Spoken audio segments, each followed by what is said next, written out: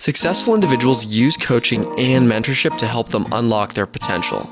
Not all coaches are created equal, and that's why we work with the top 5% of coaches at IdeaMix. Welcome to Coaches You Need, brought to you by IdeaMix. Welcome to Coaches to Know, a podcast short by IdeaMix Radio. This brief podcast is designed to demystify coaching and help you, our audience, understand what coaching is and how it can help you. I'm your host, Jamie, and today I have the pleasure of being here with Coach Marie, who is going to help us understand what is life coaching and specifically what is holistic life coaching. And very briefly, I'm going to introduce Coach Marie. She has been working as a certified life coach for 15 years, but she actually got her start supporting her friends and her family achieve their own personal goals. And in addition to being a certified life coach, she's also trained in hypnotherapy, neurolinguistic programming, meditation, and other spiritual and healing modalities, such as Reiki. And as that weren't enough, she's currently working towards her PhD in a philosophy known as metaphysics. She is originally from Ireland, but has been a U.S. citizen for 24 years. Coach Marie's clients are those who are seeking to personally grow into the best version of themselves. But oftentimes they come to her with a very vague notion of what that is, and she helps them define it and then work towards it. So thank you, Coach Marie, for being here with us today and to speaking with us about life coaching. This is the first time that we've ever actually spoken about life coaching on the Coaches to Know podcast, so I'm very excited to define that with you and help our audience understand what is life coaching and specifically what is holistic life coaching. So why don't we start with that question of what is life coaching and how do we differentiate it from executive coaching, for example? Yes, thank you. Great to be here. Well, you encapsulated it well in your introduction. It really is more about personal growth, life coaching. So every aspect of a person's life as opposed to just career, although I can cover that with people also. And people do not come with a specific crystallized goal. They come with an intention, a wish, or an area of their life that's not working, and they don't know why. And they don't know whether they need therapy or coaching will help them. So they find out just in a free consult if it's the right fit for them. And usually they're pretty excited, thinking they can change an area of their life that they've been trying to change for a long time. Mm-hmm. Yeah. So that's very interesting. So basically, life coaching will focus on other areas rather than just your career. Mm-hmm. And talk a little bit about what does that intercession look like for people, and maybe give us an example of what, for example, an area of life that's not working for one of your clients, and sort of what does that look like? Yeah, well, to start with, it could be in the relationship sphere, finances, when they're able to disclose that to me, which they all have, emotional, mental health, physical health, their environment, their beliefs, their mindset. It goes all across the scope. And it actually evolved me into holistic because I really do use that when they come to me with, like I said, a vague notion, although a specific idea, that I cover every one of those areas. I question every one of those areas. Because holistic means all parts of us are interconnected and can be absolutely clarified only by the reference to the whole person. Mm-hmm. So when I start there, I often find areas of their life that really are connected to what they're talking about. And usually by the end of that summation, they will have either crystallized a goal or completely changed what they came to for me with help for, because they realize that every area is connected to what they're talking about. So it's very interesting what they realize and understand. Understanding arises, and they really start to see that they're not, I'll give you an example. One woman came to me with thinking that she needed to really work on her time management. And it was about her career. Mm-hmm. And she knew I was a life coach, but she thought it was a personal problem. So I gave her my holistic questioning. And by the end of that, she realized, or I helped her realize, that it wasn't about time management. Her career was affecting every area of her life, her marriage, the way she felt about herself. And it turned out she was in a partnership and an agency that was really making her unhappy. And it was taking up so much of her time correcting and spending overtime at work. And I introduced the idea to her of starting her own agency. And she got very excited and also very scared. And we worked through that, and she started her own ad agency. That really was the issue. It wasn't that she was unhappy in her field. She was unhappy with the relationship she was having with a partner and didn't really believe that she could do it by herself. So it was about her mindset. And it sounds like the relationship that she had with this partner, which maybe could be defined as maybe being a little toxic for her, then filtered into other areas and gave her the perception that she had problems that she actually didn't have. Exactly. And then once you do this holistic assessment and diagnosing and really figuring out what the heart of the problem is, and you see how all this stuff is connected. I just imagine your clients having like a light bulb moment. Exactly. The aha moments come a lot. Yeah.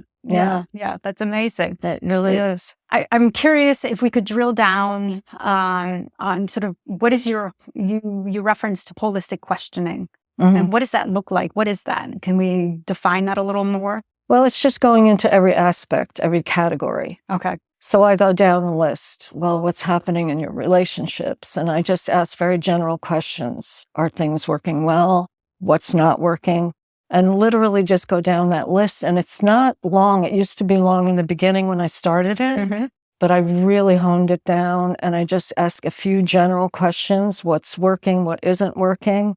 And people start to disclose and start to have their own ideas about, So it's really interesting, me watching it work as much as it is for them to realize what's really going on and what they really need to change or pay attention to, or what needs to change in their thinking, beliefs, and actions towards what they really want to manifest in their lives. But it sounds like there's always some sort of trigger or starting point that's maybe the cause, but then it has ripple effects throughout all these other areas of their lives. Is there a specific, just in your experience of working with clients, is there sort of a specific area that you find that people tend to have more disruption from? Like, is it relationships, finance, is it, social emotional health, especially now, I'm just thinking in the wake of COVID, there's a lot of talk around mental health. And I guess that's the follow-on question would be, is there a specific area historically that you have seen where people tend to have problems that ripple into their life, the rest of their lives? And that has it changed maybe even since COVID? That's a great question. Relationships are a big one. People come all the time with, should I stay in this relationship? What do I need to change in me? And I've helped people break up and I've helped people stay within relationships, but definitely mental and emotional issues. That's the biggie. And people are questioning themselves. They don't know where they might be at fault or what they're doing to either contribute or contaminate anything in their lives. So I work with them helping clarify everything that needs to be changed within them, or where they have false beliefs about who they actually are. And in COVID, that's been actually still the same, but magnified, mental and emotional. So sometimes I do have to refer people to therapy if it's a deeper dive they need. Like I can really diagnose a clinical depression as opposed to a situational sadness that can be changed just by changing whatever they're doing or thinking or believing, thereby changing their actions. because we really don't manifest what we want. We manifest what we believe. So all of these realizations start coming when we start honing down and going into it. And definitely COVID has, like I said, completely exploded that area. Yeah, people questioning. Yeah. I really like what you said, that we don't manifest what we want. We manifest what we believe. And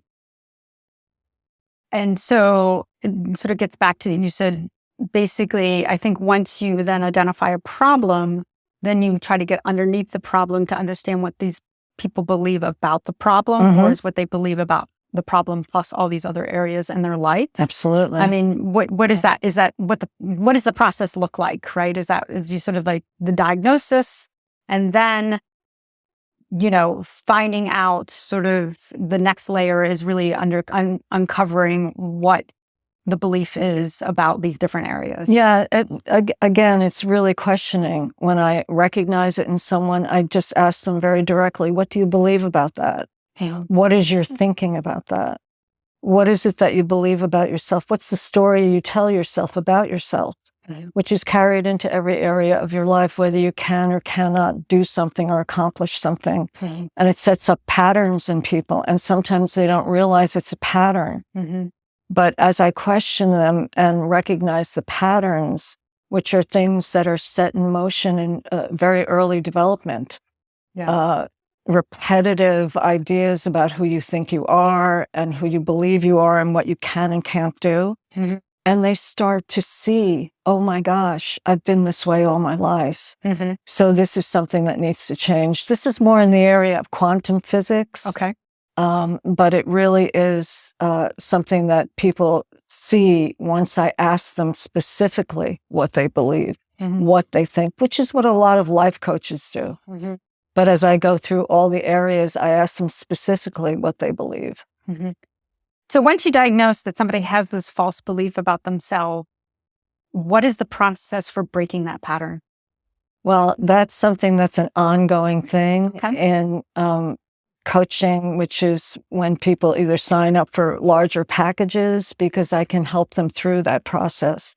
And it really is about the same way that we come to believe anything about ourselves or about anything in the world. It was installed through repetition, whether it was directly stated or whether it was subliminally suggested. You're stupid, you're not good enough, you can't handle it.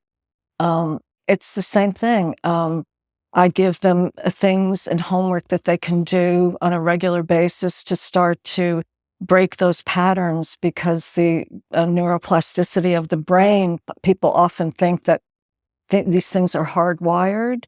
But we've proven through science now that these things can be changed dramatically through the same repetition of the opposite belief, not just affirmation. It has to be affirmation coupled with new action and behaviors. So many people will learn how to do behaviors that they still don't believe they can do, but they learn to do it, and it starts to literally change the neural pathways and the synapses and creates a whole new belief system and a way of thinking and believing about yourself. It's very interesting, but it takes time. How long, for example, would something like that? I mean, I imagine it's very individual, right? And sort of customized. How long do you typically work with your clients to change? It really depends. Some people, when they understand what they need to change and they understand what they have to do to change it, if they can't continue with the actual coaching, I'll recommend books to them or programs that they can take to actually start that process. Or some people, I've had people come back to me year after year to go a little deeper or to reinstall in another area of their lives. And so it really depends on people's finances, on once they know what has to change. Most of them are pretty willing, but I wish they would stay longer because they really need that coaching, to keep reminding them and keep them on track. But It depends. Yeah. Wonderful. Thank you so much, Coach Marie, for your time today. I feel like I've been blown away. I'm ready to sign up with Coach Marie. It's changing my life. But to our audience, if you would like to work with Coach Marie or any of our other coaches at IdeaMix, please visit us at theideamix.com. And thank you for listening today. Thanks for listening. Please subscribe wherever you listen and leave us a review. Find your ideal coach at www.theideamix.com. Special thanks to our producer, Martin Maluski, and singer-songwriter Doug Allen.